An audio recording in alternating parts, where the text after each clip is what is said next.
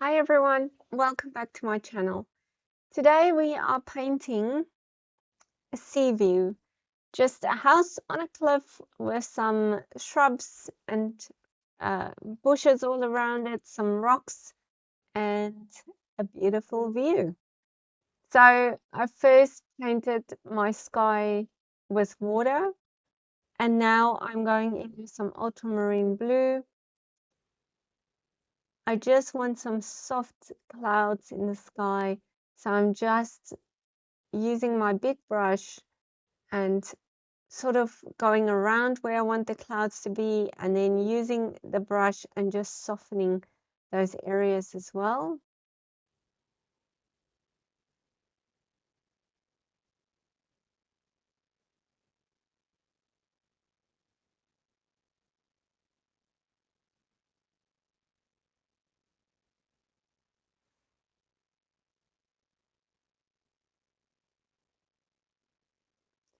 Now you can add some Payne's Grey like I've done here, a very light mixture of it just to add a bit of shadows into your clouds and a bit of darker areas in the sky.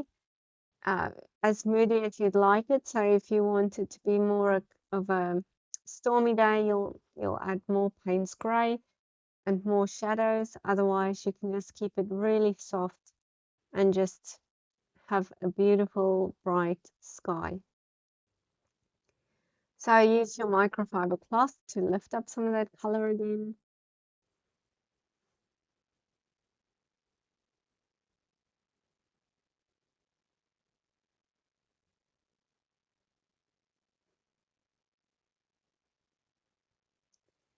Okay, now I'm painting my bushes. So the first color I'm using is lemon yellow, just to put a highlight in here. And then I'm going in with my phthalo green. And then a few darker areas with the forest green.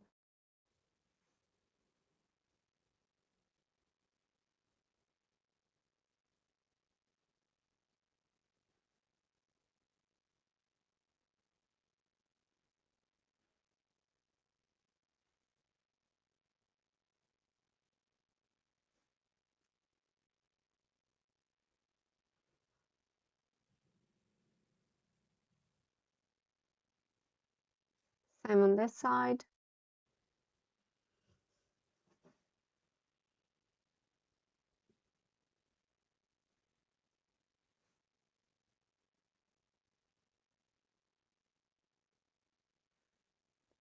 Adding in some brown as well.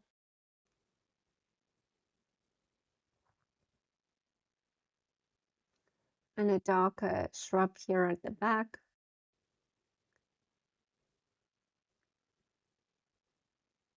Just with the forest green.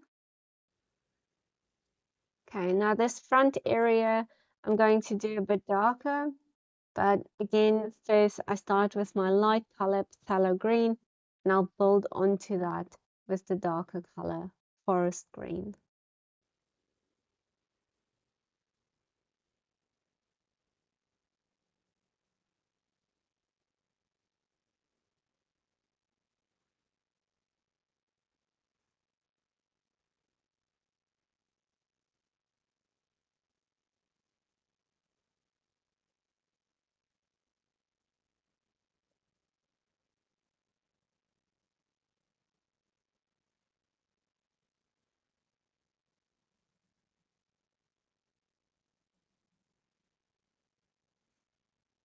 Now you can also add some Payne's Grey to this right here in the front.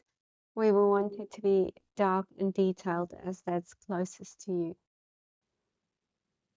So Payne's Grey is a good color to just make this a bit darker.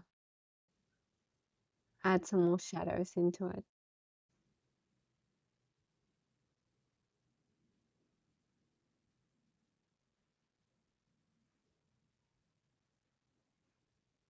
Okay, doing a couple of rocks over here. So for the rocks, I'm using warm sepia and Payne's Grey.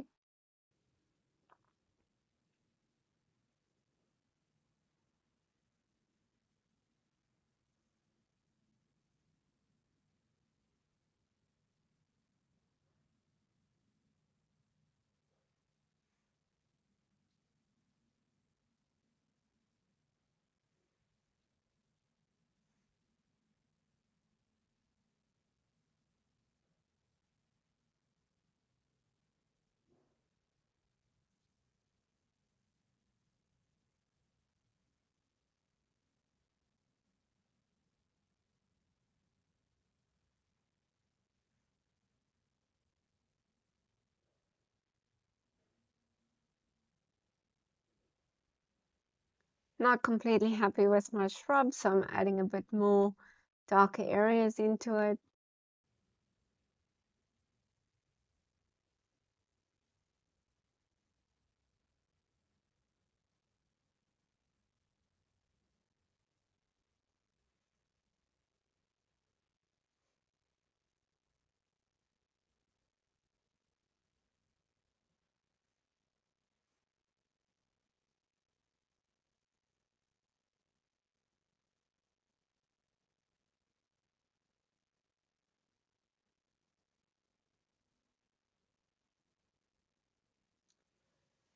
Now for the ocean, I am just using ultramarine blue, and then I might do a little bit of really light wash of the forest green into the blue as well.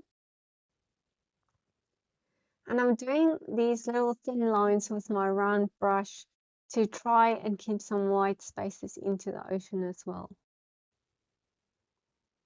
which will indicate waves in the distance. So you can use a bit of a dry brush effect for this as well, and just keep some white areas into your ocean.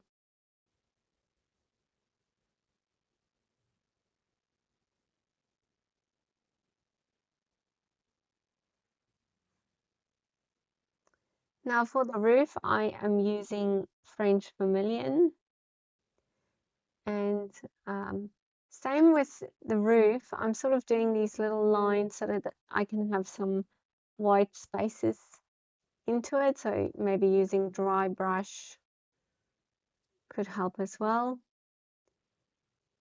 And painting the whole area and going in with the darker French vermilion, more pigmented.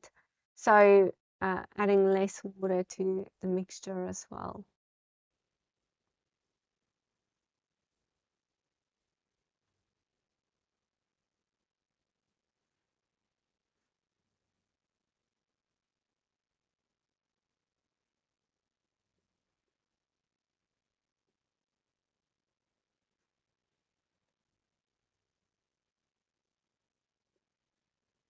Now there's a shadow over here, so I'm using Payne's Grey to paint in my shadow.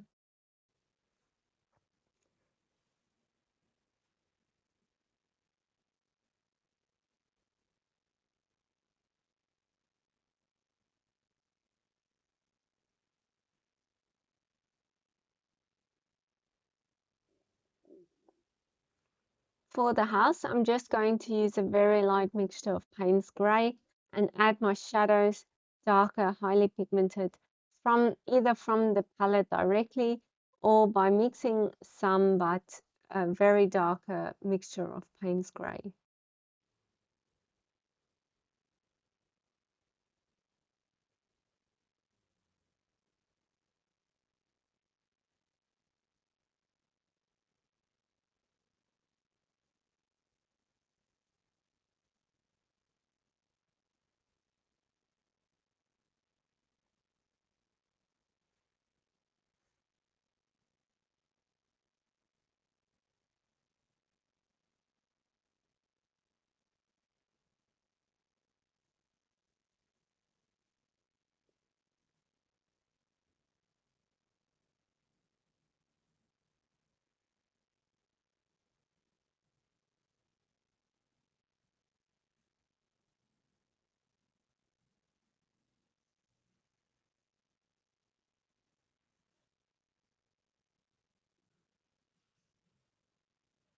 Around the door, you'll have more shadows, so darker areas of Payne's Grey. So imagine the lights coming from the front or almost midday. So you'll have shadows at your roof, underneath the roof, at your door.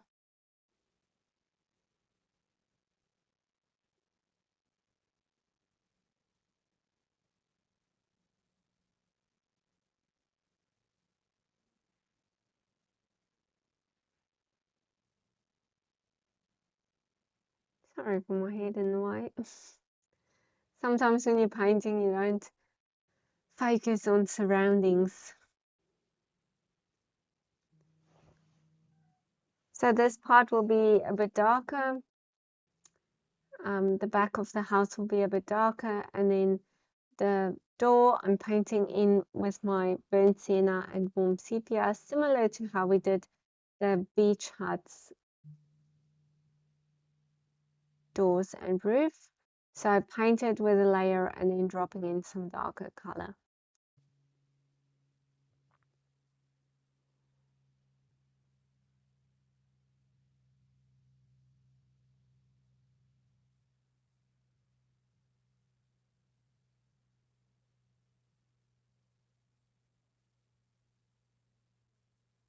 For the window over here, I am just painting it with warm sepia and then going to do a bit of a shadow in each window with Payne's Grey.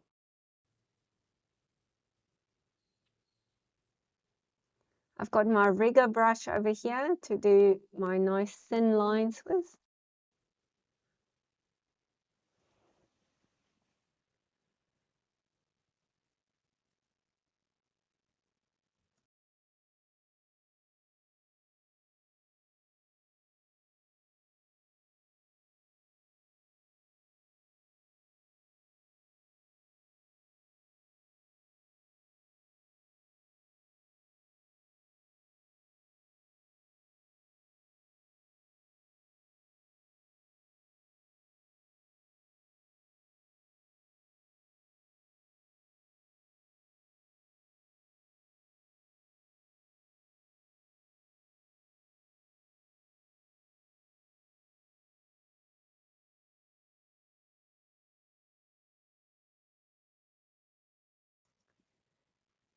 Now, as always, we'll add some highlights just with a white pencil.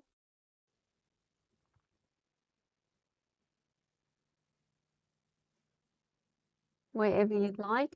And then I think I'll paint the roof again because I want it to be brighter red. So I'll do another layer of French vermilion on the roof.